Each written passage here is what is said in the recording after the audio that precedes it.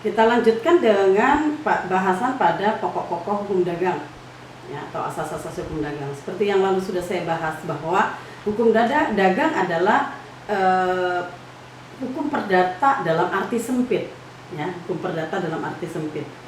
Nanti di dalam hukum perdata dan hukum dagang apa bedanya sambil kita berjalan, oke ya. Sekarang yang menjadi pokok utama dalam pembelajaran kita yang pertama yaitu mengenai pengertian, itu pasti ya. Untuk bisa memandu perkuliahan kita maka harus mengetahui definisi. Perdagangan atau perniagaan itu apa artinya? Ini kalau di kelas saya tanyain satu-satu ya, tapi berhubung tidak di kelas jadinya harus saya sendiri yang menjawab ini ya. Perdagangan atau perniagaan pengertiannya adalah pekerjaan membeli barang, ya, membeli barang,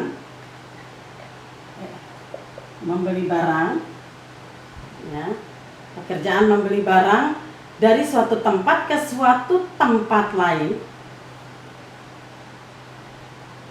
dari tempat yang satu ke lain tempat.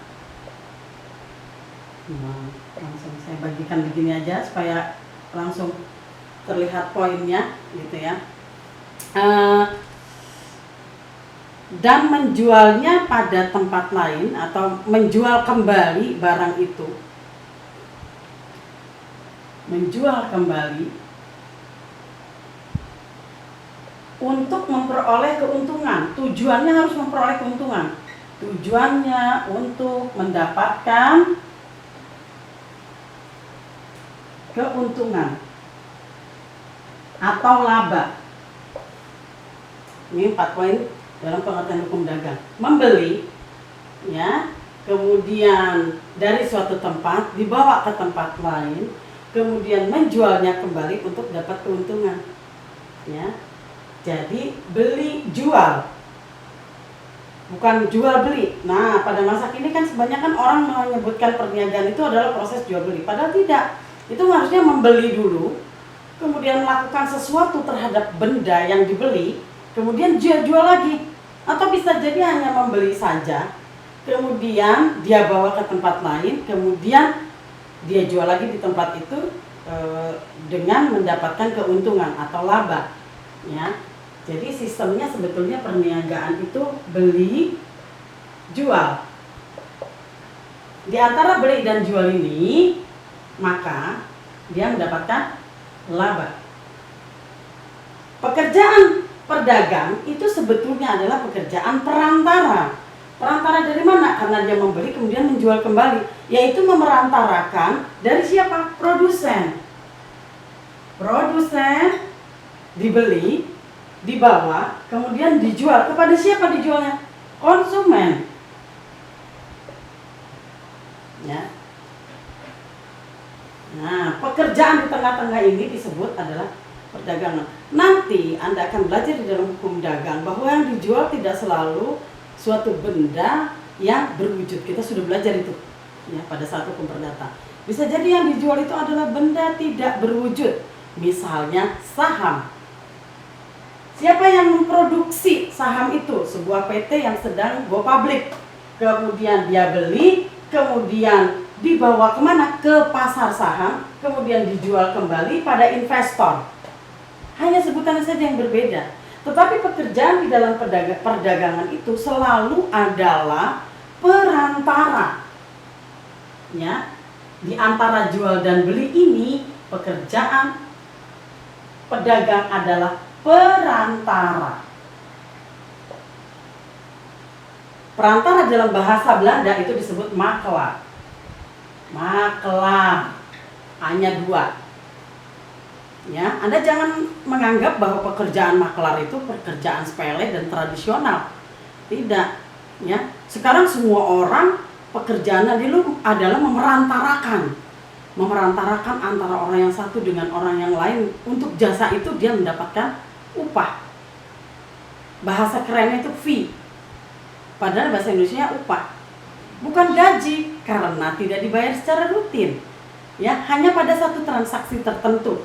Begitu dia bisa mempertemukan satu orang dengan orang yang lainnya, ya, itu baru dia mendapatkan fee, ya, atas jasanya, jasa mempertemukan antara penjual dengan pembeli.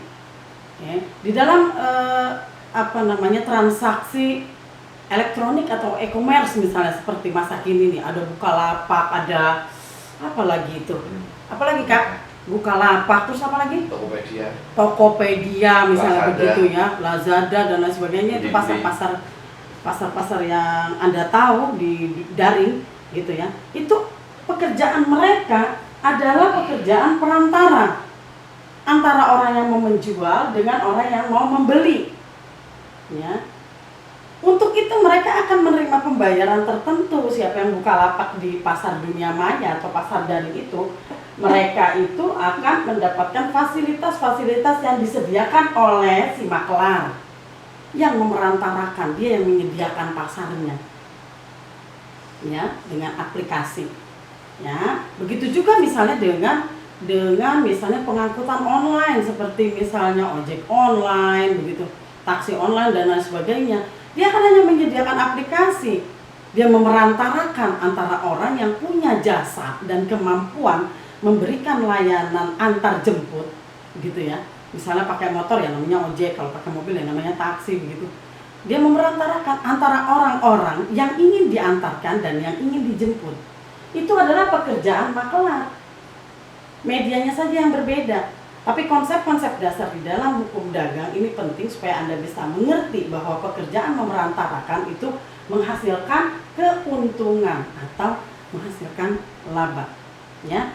Ingat, di dalam hukum dagang juga berlaku asas-asas hukum perdata di mana ukuran sebuah benda itu adalah uang. Ya, laba itu bukan dalam bentuk keuntungan imaterial, harus dalam bentuk material atau menghasilkan uang, gitu ya. Misalnya nanti Anda sebagai dasar untuk belajar hukum perbankan, misalnya ini adalah dagang. Ya, dunia perbankan sebetulnya mereka adalah dunia perniagaan karena dia menjadi perantara antara orang yang surplus, punya duit banyak, dia nabung, ya, dengan orang yang defisit. Unit surplus ketemu dengan unit defisit itu karena perbankan. Orang yang mempunyai kelebihan dana memasukkannya sebagai tabungan atau investasi baik dalam jangka pendek maupun jangka panjang, kemudian dipertemukan dengan orang-orang yang membutuhkan modal untuk membiayai usahanya. Nah, bank juga adalah maklar atau perantara. Hanya perbedaannya adalah istilah-istilah yang digunakan. Di dalam pasar saham misalnya, yang digunakan istilahnya adalah pialang. Pekerjaan dia maklar, menghubungkan antara produsen atau yang memproduksi saham itu, yaitu perusahaan yang go public, kemudian dia membeli, kemudian dia masuk ke pasar saham, kemudian dia menjual kepada investor. Ya, yang penting prinsip dasar Anda harus paham terus tentang hukum dagang, yaitu membeli barang dari tempat yang satu ke tempat yang lain, kemudian menjualnya kembali, dan itu harus dapat keuntungan. Baru itu namanya dagang. Ya. Nah, kemudian ada beberapa hal ya yang berkaitan dengan dunia perantaraan atau dunia maklar, yaitu antara produsen dengan konsumen. Pekerjaannya misalnya tidak selalu dalam bentuk orang perorangan, tapi bisa juga dalam bentuk badan hukum. Dan Anda sudah tahu tentang itu. Pengertian orang pada saat kita belajar hukum perdata, yaitu terdiri dari orang individu atau orang naturalist, dan yang kedua adalah person re atau orang sebagai badan hukum. Ya, maklar itu tidak selalu dalam bentuk perorangan, tapi bisa banyak perusahaan-perusahaan. Nah, misalnya perusahaan leasing itu juga sama, pekerjaan adalah maklar, mempertemukan antara produsen kendaraan dengan orang yang membutuhkan kendaraan, dia yang membiayai. Ya, dia yang memberikan fasilitas untuk menghubungkan orang yang nggak punya uang tapi pengen punya kendaraan. Ya. Nah, begitu juga dengan produsen, pengen menjual walaupun tidak bisa tunai, nggak apa-apa, yang penting laku dagangan, ya kan begitu. Maka adalah perusahaan-perusahaan leasing yang menjadi maklar untuk mempertemukan antara produsen dengan konsumen. Ya, kemudian berkaitan dengan hukum dagang, yaitu adalah sumber hukum dagang, ya. Sumber hukum dagang. Sumber hukum dagang yang utama yang kita pelajari di Indonesia masih menggunakan KUH dagang, KUH dagang. Kemudian peraturan-peraturan lainnya masih banyak yang perlu Anda ketahui dan cari sendiri, ya, karena di dalam beberapa bab bagian di KUHD itu sudah tidak digunakan lagi sekarang ini karena kita sudah mempunyai undang-undang nasional sendiri. Misalnya tentang perseroan terbatas kita sudah punya undang-undang PT, ya. Nanti Anda akan lebih detail lagi pada mata kuliah hukum dagang. Oke, saya akhiri untuk materi hukum dagang, nanti kita lanjutkan dengan materi hukum pokok-pokok hukum, kalau tidak salah hukum acara. Nanti saya lihat lagi silabus. Oke ya. Sampai bertemu lagi pekan berikutnya. Assalamualaikum warahmatullahi wabarakatuh.